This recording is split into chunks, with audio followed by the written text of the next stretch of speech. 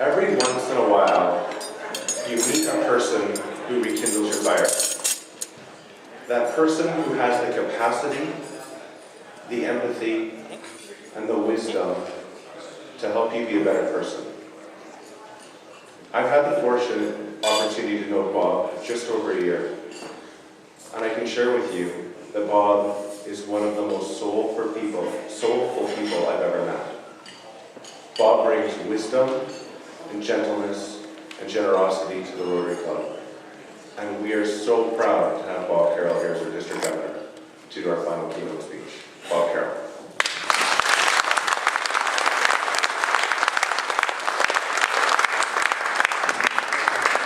Well, thank you, President Gregg, and it's absolutely great to be here and be with you in Golden. I want to tell you that we were up here in the fall. You guys are 8 hours away from where we are. And so you wonder if you'll ever see the place again. And then Greg called and said, gosh, we'd like to have you come up and be a part of our gala. And so Carol and I jumped at the chance because we enjoyed our first time here so much. I have something that I want to do tonight to start with. I would like to have Rex and Rowan Baxendale join me on stage.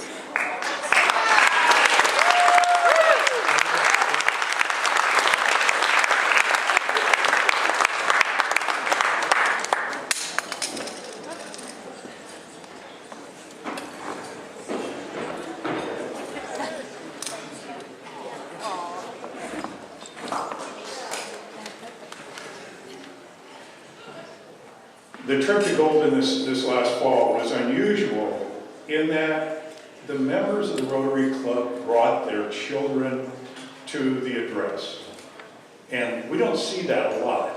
But over the year, I've talked to 60 Rotary clubs in 60 different cities and club settings. And you do meet a few students, interact kids, people who are involved as youth in Rotary, youth exchange people. Out of that group, there is one who stands out. And when I find someone who really exemplifies what we're trying to accomplish with youth in Rotary, I present them with an award. And tonight, I am going to honor Rex. Because Rex, of all of the young people that I did meet this year, was the one who stands out in my mind and in my memory for really exemplifying what I think is Rotary and where we're going with our young people.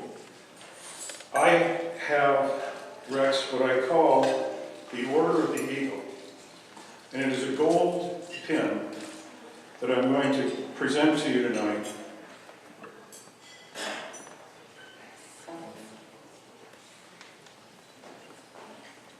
My wife warned me about this.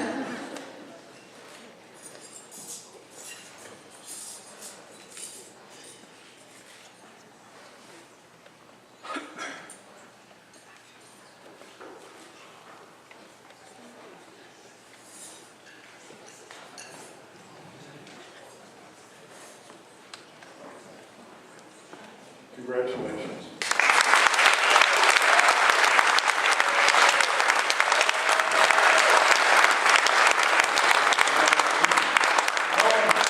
Rowan is up here as well for a specific reason.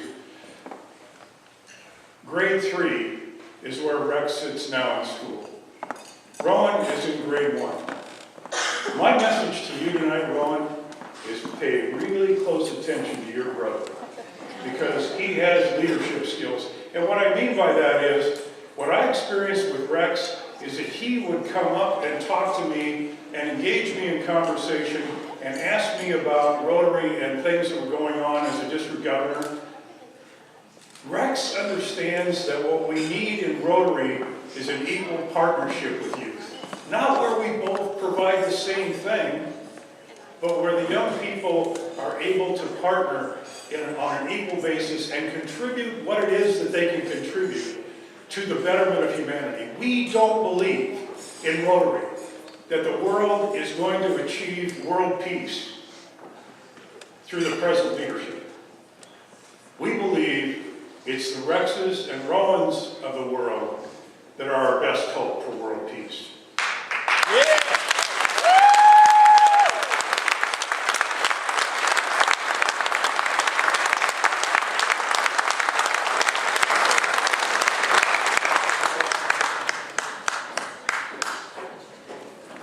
Sometimes it takes 30 years for something to emerge that is really valuable. It takes 30 years to create fertile ground for it to grow. And that's what I saw when we went to the schools here and when I went to the Rotary Club on Thursday night. Carol and I came up 3 days early because we wanted to get a better feel for what was going on in the educational system here, to find out why this whole new development, this new philosophical approach to education was taking place in Golden, British Columbia. And here's what we found. We found schools that practice something that I seldom see. And that something is what I call radical hospitality. The ability to welcome the stranger is what I find in the schools of Golden. And the people...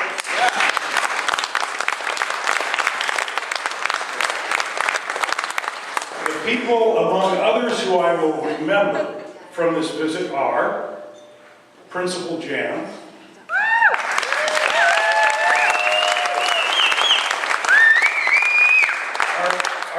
our returning international youth exchange student Naomi, who's back in school now.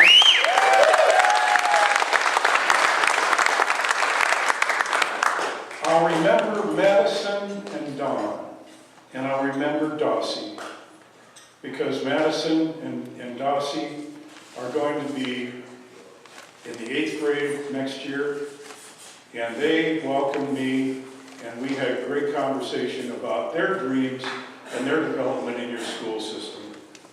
Dawn, at the high school, your counselor, was an absolute treasure and gave us a great tour of the school.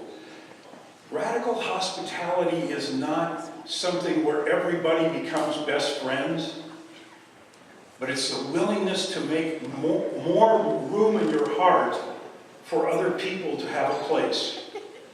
And that's what I found here. It was so great. The Leader in Me, a great program. I want to share something with you that I learned in a leadership class in British Columbia in 1977. And it is this. When we talk about the word education, it comes from the Latin root educo. And it doesn't mean to pour in. It means to draw forth. And that's the process of education, and that's the process of the Leader in Me. To call forth from the individual their intrinsic talents. I have to say that in the education I got from Brian today and from Greg earlier, I totally buy in. I think it's a tremendous thing. And we've been looking for something that dealt with ethical training in Rotary at large with young people. I think this is really the answer. We really have something here, and you guys are going to benefit for years to come. There's another thing that comes up when it comes to the whole issue of youth education, and that is the idea that parents should provide everything in terms of direction.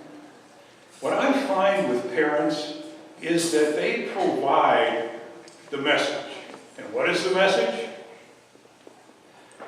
You are expected to be a good citizen who contributes to society. You are here for more important reasons than just yourself. I find that parents deliver that message all the time, but the important thing is that the message is received. And I find that it is seldom received from parents, and mostly received from teachers, counselors, coaches, pastors, and sometimes military commanding officers. Generally, that message is received by young people from people other than parents. And that's what I love about the Leader in Me program. I went to the Inland Empire Sports Awards banquet in Spokane, Washington, when I was 17 years old. We had the best speakers money could buy to bring into that event. My dad took me and my brother to it every year, and this particular year, we had an absolutely stellar lineup, starting with our number one speaker, Gordie Howe, the great Gordie Howe of the Detroit Red Wings, followed by Maurice the Rocket Bouchard of the Montreal Canadiens. And I tell you what, we're not as good as you guys at hockey, but we're fans. And in Spokane we get beat a lot, but that's okay. But these guys came in, and everybody expected them, along with Vince Lombardi of the Green Bay Packers, to be the highlight of the evening. These were going to be the speakers that we would remember. I don't remember one thing they said. What I remember is Archie Moore. Archie Moore had just retired as light heavyweight champion of the world. And you don't think of boxers as being particularly articulate or wise. That guy absolutely left me with a memory that I will never forget. He pleaded with the audience. And his words, his primary message was this: societies that don't prioritize their youth are doomed to fail. That's what's so exciting about what's going on here. Because you guys get it. You understand that that investment is what is going to make the future of Canada and British Columbia safe and stronger than it is now. We should all be looking forward to a day when the children of today far outpace anything that we've done. It's a great time. And I am so proud of what I see here, and it took 30 years to emerge. And that's a testimony to the members whose shoulders, those charter members whose shoulders this club was built on. Thank you, Golden Rotary, for your years of service. And thanks for having us here with you tonight.